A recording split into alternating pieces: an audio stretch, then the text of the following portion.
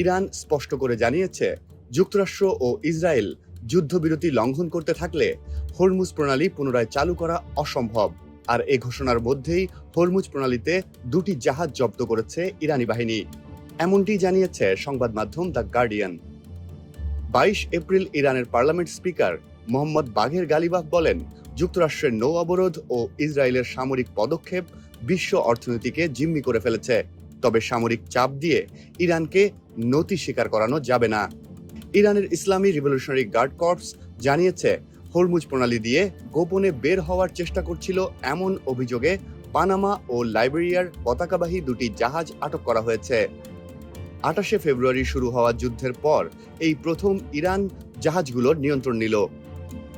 এর আগে ভারত মহাসাগরে যুক্তরাষ্ট্র একটি ইরানি পণ্যবাহী জাহাজে গুলি চালিয়ে তা জব্দ করে এবং একটি ইরানি তেল ট্যাঙ্কারের নিয়ন্ত্রণ নেয়।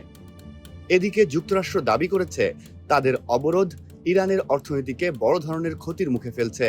ফলে দুই পক্ষই আলাদা করে অবরোধ চালু রাখায় হরমুজ প্রণালীতে কার্যত অচলাবস্থা তৈরি হয়েছে।